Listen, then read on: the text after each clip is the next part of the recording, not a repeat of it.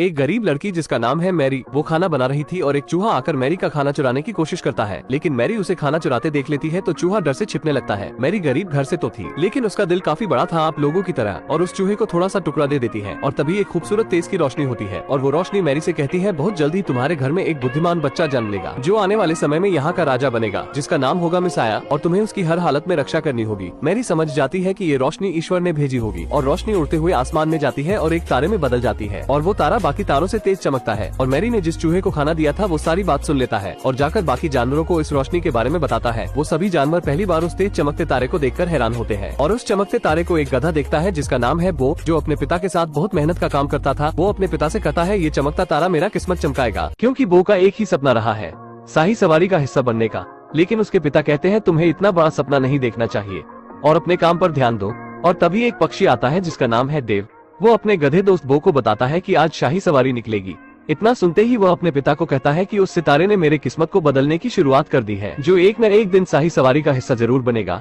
वो बाहर देखता है तो शाही सवारी वहाँ से निकल रही थी। वो बहुत तरकीबें भी निकालता है रस्सी से आजाद होने की। वो रस्सी से तो आजाद हो जाता है लेकिन उस चक्की का हाल बहुत ही बुरा कर देता है और तभी उस चक्की का मालिक आ जाता है। वो चक्की का ऐसा हाल देखकर गुस्से में बो को मजबूती से बांध देता है। वो कहता है एक न एक दिन मैं यहाँ से आजाद होकर अपने सपने जरूर पूरा करूंगा।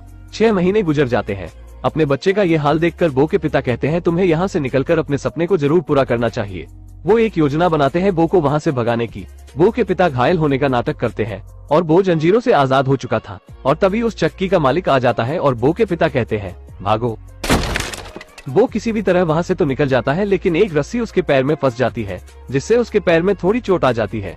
वो उसी हाल में आगे बढ़ता है और उसे मेरी दिखाई देती है जो हमने फिल्म की शुरुआत में देखा था। वो अपने पति जोसेफ के साथ रहती थी। वो मेरी के घर में आकर टेबल के नीचे छिपा रहता है।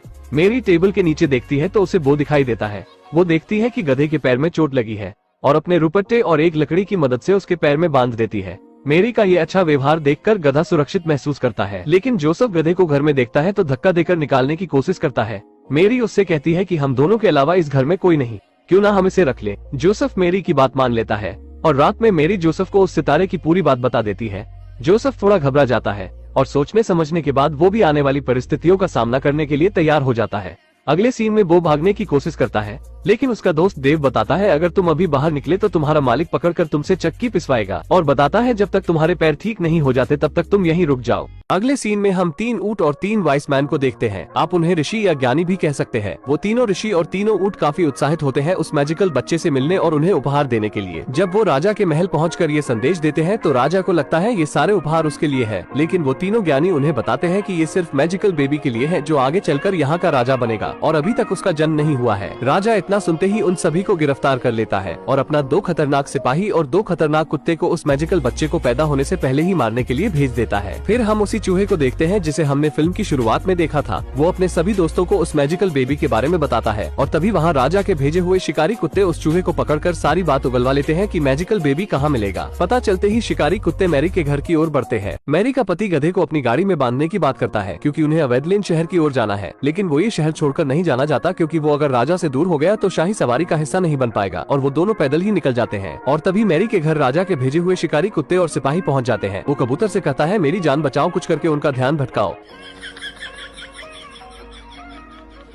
वो बो से मैरी के बारे में पूछते हैं लेकिन वो उन्हें कुछ नहीं बताता। फिर वो बो के पैर पर बंधे दुपट्टे को देखते हैं तो उसका सुगंध लेकर शहर की ओर बढ़ते हैं और वो ये सब देखकर घबरा जाता है और मैरी को बचाने के लिए निकल जाता है, लेकिन ये उन कुत्तों की चाल होती है और उस गधे का पीछा करते हैं मैरी तक पहुँचने के लिए कि देव बो को बताता है एक शॉर्टकट रास्ते के बारे में, लेकिन वो काफी खतरनाक रास्ता होता है। और वहीं पर बो को एक भेड़ मिलती है जिसका नाम है रूट। वो सारी कहानी रूट को बता देता है। रूट बो को बताती है कि वो भी आने वाले मैजिकल बेबी का बेसब्री से इंतजार कर रही है और बो के साथ वो भी मेरी को बचाने निकल जाती है। और हम इधर देखते हैं कि तीनों ऊंट राजा के महल में जाकर वो सारी बात सुन लेते हैं कि उस बच्चे तक कैसे पहुंचकर उसे मारना है। राजा उन तीनों ज्ञानी को रिहा कर देता है ये बताकर कि अपने होने वाले राजा को ढूंढकर ये सारे उपहार दे दो जो तुम लोगों ने इतनी दूर से लाया है। लेकिन वो तीनों ऊंट समझ जाते हैं कि इनके जरिए वो मैजिकल बेबी के पास पहुंच जाएगा और उसे खत्म कर देगा। ये गधा अपनी मालकिन मैरी को शिकारी कुत्तों के बारे में अपनी भाषा में बताकर चेतावनी देता है, लेकिन उन दोनों को गधे की भाषा समझ में नहीं आती। लेकिन जब गधा पीछे देखता है तो शाही शिकारी कुत्ते उन्हें ढूंढते हुए बाजार में पहुंच चुके हैं। तभी वो मैरी का सॉल पकड़कर उसे आगे ले जाता है ताकि उसे इन शिकारी कुत्तों से छुपा सके। लेकिन वो शिकारी कुत्ते और शिकारी मैरी को देख लेते हैं, पर वो शिकारी अपने दोनों कुत्तों को एक जगह बांध देता है और मैरी को मारने के लिए आगे बढ़ता है। गधा और उसके सभी साथी देखते हैं कि ये खतरनाक शिकारी मैरी पर हमला करने आ रहा है, तो देव उसे रोकने के लिए पूरे जोश में जाता है। लेकिन देव आकर भेड़ से कहता है कि तुम जाकर उसे रोको। जब भेड़ उसे रोकने आती है तो शिकारी कहता है। गधा देखता है कि राजा का सिपाही हथियार लेकर मैरी की तरफ बढ़ रहा है। वो जल्दी से जोसेफ के गाड़ी के नीचे लगाए गए पत्थर को हटा देता है, जिससे उसकी गाड़ी तेजी से ढलान की ओर जाकर दूसरी गाड़ी से टकराती है और बहुत हंगामा होता है, जिससे बाजार तहस नहस हो जाता है। सिपाही जैसे ही मैरी को मारने के लिए जाता है तभी एक दुकान उसके ऊपर गिरती है और वो कुएं में जा गिरता है। वो ये देखकर बहुत खुश होता है कि मुसीबत टल गई, लेकिन उन्हें बाजार से निकाल दिया जाता है। मैरी का पति जोसेफ इस बात से बहुत गुस्सा होता है कि हमें बेवजह बाजार से निकाल दिया गया इस गधे की वजह से। वो ये सब सुनकर बहुत बुरा महसूस करता है और वो अपने दोस्त देव को लेकर उनसे दूर चला जाता है। मैरी जोसेफ को कहती है तुम्हें ऐसा नहीं करना चाहिए था, क्योंकि मैरी बो को अकेला नहीं छोड़ना चाहती। जो खतरनाक सिपाही कुएं में गिरा था वो बाहर आकर फिर से मैरी का पीछा करता है। बो और देव बहुत आगे आने के बाद देखते हैं कि सामने ही शाही सवारी है और तभी बो के पैर से मैरी का बंधा हुआ दुपट्टा का टुकड़ा उड़ जाता है। वो ये देखता है तो उसे मैरी की फिक्र होने लगती है और देव से कहता है मुझे मैरी के पास जाना होगा उसे बचाने। देव उससे कहता है हम तो मंजिल के करीब है, यही तो हमारा सपना था, और कहता है जहाँ तुम रहोगे वहाँ मैं भी रहूंगा। वो दोनों मैरी को ढूंढने फिर से निकल जाते हैं और दूसरी तरफ मैरी जिस गाड़ी में जा रही थी वो गाड़ी टूट जाती है, जिसकी वजह से जोसेफ को बहुत ज्यादा गुस्सा आता है और वो सारा गुस्सा मैरी पर निकालता है। मैरी को बहुत ही बुरा लगता है और वो अकेले ही आगे जाने लगती है और जोसेफ को भी काफी बुरा लगता है और तभी वो आ जाता है। वो जोसेफ को धक्का देता है कि तुम भी मैरी के साथ जाओ। वो भागते हुए मैरी के पास जाता है और उससे माफी मांगता है और ये भी कहता है कि आने वाली कोई भी मुसीबत हो हम मिलकर उसका सामना करेंगे। उसके बाद मैरी बो पर बैठकर सभी आगे बढ़ते हैं और मैरी को मारने के लिए सिपाही भी। जोसेफ मैरी से कहता है कि हमें यही कहीं रुकना चाहिए ताकि तुम आराम कर सको, लेकिन बो का मालिक उसे देखते ही पकड़ लेता है। उसके दोस्त उसे बचाने की कोशिश करते हैं लेकिन असफल रहते हैं और हम दूसरी तरफ देखते हैं वो तीनों ज्ञानी बच्चे को ढूंढने के लिए उसी शहर में आ चुके थे और बो का पुराना मालिक उसे घसीटते हुए अपने फार्म में लाता है और बांध कर चला जाता है। बो उस चमकते तारे को देखता है और कहता है मुझे मैरी को बचाना होगा, नहीं तो मैजिकल बेबी इस दुनिया में कभी नहीं आ पाएगा। ये बात वहाँ के जानवर सुनते हैं तो बो को बताते हैं इस तेज चमकते सितारे की रोशनी पिछले 9 महीने से इस मैनगर के ऊपर पड़ रही है और हमारी नींद उड़ी हुई है। बो समझ जाता है कि मैजिकल बेबी का जन्म यहीं होगा और उन्हें शाही सिपाही और शिकारियों के बारे में बताता है। वहाँ के जानवर बो को वहाँ से निकालने में मदद करते हैं। बो जैसे ही बाहर आता है तो उसके दोनों दोस्त मिलते हैं। बो को बताते हैं कि वो खतरनाक सिपाही यहाँ तक पहुँच चुके हैं। वो दोनों कहते हैं हमें किसी की मदद लेनी होगी।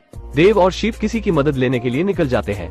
देव को ज्ञानी के तीनों ऊंट मिलते हैं और शीप अपने प्रजातियों से मदद मांगती है लेकिन कोई उसकी नहीं सुनता और तभी वही रोशनी होती है और उन्हें बताती है कि उस बच्चे को किसी भी हाल में बचाना होगा। सभी उसकी मदद करने के लिए निकल जाते हैं और हम दूसरी तरफ देखते हैं कि मैरी और जोसेफ को अब तक कोई कमरा खाली नहीं मिला है।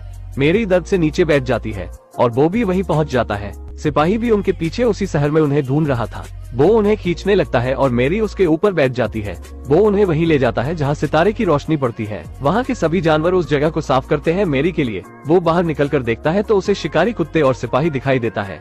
वो अकेले ही उनसे मुकाबला करता है। वो दोनों कुत्ते को तो मार देता है लेकिन सिपाही से लड़ नहीं पाता और तभी बहुत सारे शीप उस सिपाही पर हमला करते हैं और तभी वो तीनों ऊंट भी आ जाते हैं। उस सिपाही को ऐसा धक्का देते हैं कि उनकी चैन उसके पीछे अटक जाती है, जिससे वो घसीटते हुए तीनों शिकारी खाई की ओर लटक जाते हैं और वो दोनों शिकारी कुत्ते मदद की भीख मांगते हैं। सिपाही के पैर में कुत्तों की जंजीर फंसी होती है जिससे वजन ज्यादा रहता है। वो उन्हें निकालता है और नीचे की ओर फेंकता है लेकिन वो उन्हें बचा लेता है। सिपाही जब ऊपर आने के लिए तलवार धसाता है तो वो पूरी जगह ही टूट जाती है, जिससे वो नीचे खाई में गिरता है और उससे उसकी मौत हो जाती है। बो और बाकी जानवर उन कुत्तों की मदद करते हैं बचाने की और उन्हें पट्टे से भी आजाद कर देते हैं और उन कुत्तों को समझ आता है कि वो खुद बहुत गलत कर रहे थे।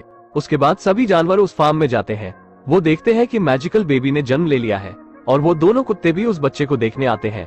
वो उन्हें मिलवाता है मैजिकल बेबी से और तभी वो तीनों ज्ञानी वहीं पहुंच जाते हैं और उस बच्चे के आगे उसका उपहार रख देते हैं। वो तीनों ज्ञानी बताते हैं कि आने वाले समय में यही बच्चा इस जहां का राजा बनेगा और उसके माता पिता के अलावा सभी उस बच्चे के आगे अपना सर झुकाते हैं क्योंकि यही उनका कल का राजा है। वो वहाँ से जाने लगता है लेकिन मैरी उसे रोक लेती है और साथ रहने को कहती है और यहीं पर यह मूवी खत्म हो जाती है।